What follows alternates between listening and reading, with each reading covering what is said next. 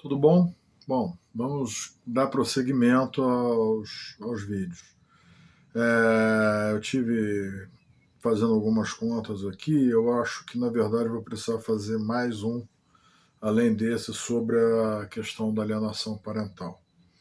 Por que eu estou falando isso? Eu acho que, primeiro, existem temas que são muito delicados que eu vou precisar entrar na minha história, né? Então eu tenho que me reforçar emocionalmente, porque eu vou entrar em detalhes é, difíceis, muito duros, muito tristes, mas que são importantes para que as pessoas entendam o que acontece. Tá? Eu vou dizer uma coisa. Hoje, na verdade, eu vou falar um pouco dos sentimentos gerados pela alienação parental. Como filho, eu tive um sentimento de perda muito grande. A falta do convívio com meu pai, a falta da presença masculina em casa para o menino, numa família matriarcal, a, o comportamento do transtorno que minha mãe tem, né, que isso infelizmente é um fato, né, foi um fardo, aliás, um fato e um fardo que eu carreguei por muitos anos e ainda carrego, ainda tem consequências disso, tá? Ainda tem é, mágoas, né? Tristezas, bom, tanta coisa, tanto sentimento que fica envolvido, né? Bom, e como pai, o que acontece? Como eu falei, o meu processo de guarda dos meus filhos ficou engavetado por anos, tá? 3 anos. O que significou nisso? Eu fui me sentindo destruído, completamente sem chão, sabe? Eu estava longe das pessoas que eu mais amava, que eram meus filhos e a mãe deles também, tá? Eu amava muito a mãe deles. É, Pela carência, acabei me envolvendo com uma pessoa que não merecia estar comigo. Tá? Me ajudou até no começo, foi muito bom, mas depois de algum tempo eu vi que não merecia estar comigo. É, e foi uma quantidade de sentimentos, de pensamentos que viraram um turbilhão. Eu entrei em depressão profunda. Eu estava morando com essa minha segunda companheira, né? Ela morava num apartamento no 8º andar, um prédio com varanda. E durante várias semanas, talvez uns 2 meses, eu não entrava na varanda, porque eu olhava lá para baixo. Tá? E eu tinha medo do que eu poderia fazer. Então, por isso, eu me afastei de tudo. Tá? Eu me dediquei só ao trabalho, porque eu estava trabalhando muito, né, na Rio 2016, Projeto Olímpico. Comecei a procurar mais a igreja, né, a minha fé, e comecei a me isolar do resto. Sabe, eu entrei numa depressão tão grande, eu não tinha mais vontade de fazer absolutamente nada. De ver uma televisão, de ver um filme, de ler um livro, de comer uma comida gostosa, tomar um vinho, não tinha vontade de mais nada. Né? Procurar outros amigos, eu me afastei dos meus amigos, até que, através da insistência, eu junto com o meu advogado, que não conseguia nada na justiça, uma prima que eu tenho, que mora em São Paulo, ela é casada com um ex-diretor da Rede Globo, e aí ele conseguiu através dos contatos dele, que a equipe de jornalismo da Globo fizesse uma matéria comigo. Custou um pouco a sair, levou alguns meses e tal, mas chegou a matéria. Eu fui entrevistado por um repórter da Globo. A minha entrevista durou quase que 1 hora e foram apenas uns 20 segundos da matéria ao ar, porque, lógico, a matéria ia ser encaixada dentro do jornal. Foi entrevistada também uma mãe, era amiga minha também. Quer dizer, na verdade a gente se conheceu por causa desse nosso grupo de ajuda às vítimas da alienação parental, né? Pais vítimas, então pais e mães. E ela é uma mãe vítima da alienação parental também, há anos, e uma assistente social, com livros escritos, tudo, uma pessoa muito ativa. E a psicóloga que nos atendia, que ela deu uma entrevista mais técnica, né, para essa matéria. Essa matéria foi em 26 foi ao ar no Bom Dia Rio, RJ1 e RJ2, no mesmo dia. Uma outra equipe foi da Rede Globo, foi entrevistar a juíza. Lógico que a matéria foi ao ar, ela viu que deveria ser alguma coisa dela. Então ela foi olhar e estava no meio do recesso judiciário. Quando o judiciário voltou a trabalhar, no começo de janeiro, a perita do meu caso me chama para dar andamento que a juíza queria despachar naquela semana. Então foi lá, entreguei a documentação, tudo, selecionamos o que poderia ser bom para mim, o que poderia ir dentro do que eu queria, né? Porque eu não queria, na verdade, a inversão de guarda, eu queria a guarda compartilhada. E aí veio a petição para que fosse feita como se diz, uma mediação judicial, né? Então, nesse ínterim, entre a minha entrevista e o ano novo, nós tínhamos contato com outros pais que sofriam alienação e tudo, tanto no Rio de Janeiro como em outros estados.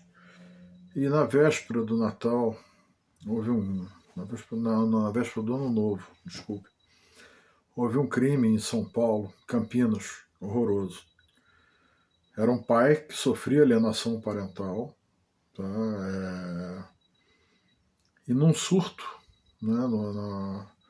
Porque a gente não consegue julgar a atitude das pessoas, porque só quem já passou por isso é capaz de entender.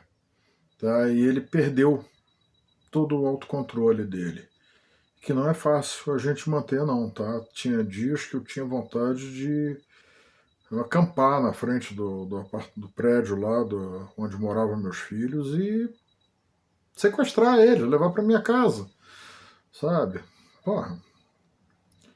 No início, inclusive, eu vou te confessar, eu não entendi o que tinha acontecido, o que estava acontecendo, e fiquei com raiva da mãe deles. Quando, na verdade, ela também estava com problemas. Né? Ela não conseguia entender. Ela mesma não teve a vida dela tomada, né? Dominada pela família. Né? E a família, como vocês vão ver depois, foi a grande criminosa nessa história. Né? Então é o seguinte, a minha. Bom, voltando lá a esse crime de Campinas, esse rapaz perdeu totalmente o autocontrole. No desespero, e olha que ele tinha uma função, ele era um funcionário público, tá, concursado, um cara com uma boa carreira profissional. Ele perdeu completamente o seu controle, a sua esperança, foi até a casa onde estavam vivendo seus filhos e fez uma chacina. Ele matou os sogros, a ex-mulher, os filhos e se matou, sabe? Então o que eu quero mostrar, eu tive vontade de morrer. Esse cara foi adiante, matou todo mundo e se matou. E quando a gente percebe, quando quem está cometendo alienação parental, a gente tem uma raiva da pessoa, desenvolve um ódio, tá? Sabe, isso aconteceu comigo, começou a acontecer comigo há 10 anos, acontece até hoje, tá? E as pessoas responsáveis por essa alienação parental já morreram. O último morreu um ano atrás. Mas a impregnação que fica dentro da cabeça dos meus filhos, ficou dentro da cabeça dos meus filhos, é tão grande que eles não conseguem entender o que está acontecendo até hoje. A lavagem cerebral que nós que, quando crianças e somos alienados, o que eu posso testemunhar, porque foi o que eu vivi, é muito grande. A gente passa a ter raiva do nosso pai ou da nossa mãe. É uma coisa assim muito louca, muito pesada, muito dura. Então, as pessoas que ficam dizendo, não, alienação parental, deixa para lá, esquece. Cara, não dá para esquecer. Isso destrói a gente por dentro, isso mói a gente por dentro. Eu há 10 anos, eu não sei o que é ter uma boa noite de sono. Eu há 10 anos, volta e meia eu tenho que tomar um SOS para dormir, porque eu não consigo dormir.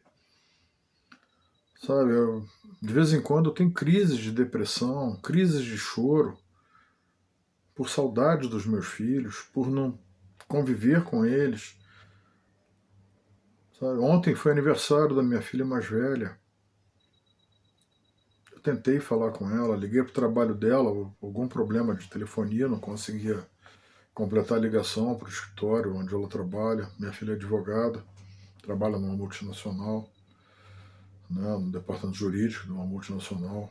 Graças a Deus está bem encaminhada. A menina fez 23 anos, só é motivo de orgulho para mim. Domina bem inglês, fala francês, sabe? Ela tem uma série de qualidades. Se formou com na faculdade de Direito, fez faculdade de Direito na Federal, se formou com 22 anos de idade. Antes mesmo de se formar, já tinha passado na prova da OAB, foi efetivada no trabalho, então é só motivo de orgulho para ela, de ter orgulho dela, sabe? Mas é uma tristeza muito grande. Eu tentei ligar para ela, não consegui, o telefone dela está fora de área. Depois até eu vi, ela saiu para comemorar com os amigos, foi jantar fora e tal. Pô, legal, tá curtindo. Graças a Deus, tem bons amigos, está lá, é uma pessoa querida, pessoa que os outros amam também, né? Eu acho que isso é tão importante, a gente vê que os nossos filhos estão assim. Mas a dor que eu sinto de não conseguir falar com ela. A minha filha do meio me bloqueou em todas as redes sociais, não consigo ter contato nenhum, por causa de uma mentira de um canalha, de um mau caráter, de um bandido. Meu filho ainda consigo manter algum certo diálogo com ele, mas muito distante. Então isso corrói a alma da gente. Sabe, eu me separei, eu tinha 49 para 50 anos, meses antes de eu completar 50 anos. As primeiras fotos que eu tirei depois da separação, eu não me reconheci. Eu estava extremamente envelhecido, triste, com uma cara que parecia que eu num enterro. Então isso foi muito duro, né, vivenciar tudo isso. Hoje eu estou melhor, estou bem, continuo com terapia, né, com acompanhamento, faço acompanhamento também, orientação espiritual, né, com sacerdote. Graças a Deus tenho amigos, tenho vivido mais dentro da minha igreja, tenho trabalhado, me dedicado, inclusive até esses dias aqui eu tenho trabalhado bastante Eu estou estudando todo um sistema novo que eu vou implantar na semana que vem. Então isso tudo tem ocupado a minha cabeça, mas ontem foi um dia pesado para mim, foi um dia muito triste, né? Aniversário de uma das pessoas que eu mais amo nessa vida, sabe? Foi como eu brinquei na homenagem que eu fiz a ela no Facebook. Eu coloquei, foi aquela que me deixou de ser o Guilherme e passou a virar o pai da Clara, né? Então é isso, gente. Hoje vai ser um pouco mais curto, né? Vai ser só essa vivência dos sentimentos, essa partilha dos sentimentos, porque eu quero alertar justamente o quê? Que a alienação parental pode causar tragédias, pode causar morte, assassinato, suicídio, enfim, tudo. A gente não sabe o quanto as pessoas conseguem ter fé, conseguem ter esperança, conseguem ter paciência, bom senso. Eu tenho tido esse tempo todo. Tá? Tenho feito das tripas coração para conseguir me manter firme, mas às vezes é difícil. E como eu tô sozinho já, me separei daquela outra lá, hoje, moro sozinho, né? Então às vezes é difícil, às vezes ter um ombro até para botar a cabeça e descansar. Alguém que te dê uma palavra de carinho, de esperança, alguém que te dê um apoio. Eu choro às vezes sozinho, né? Então é isso. É isso que eu queria falar hoje, tá bom? Até a próxima.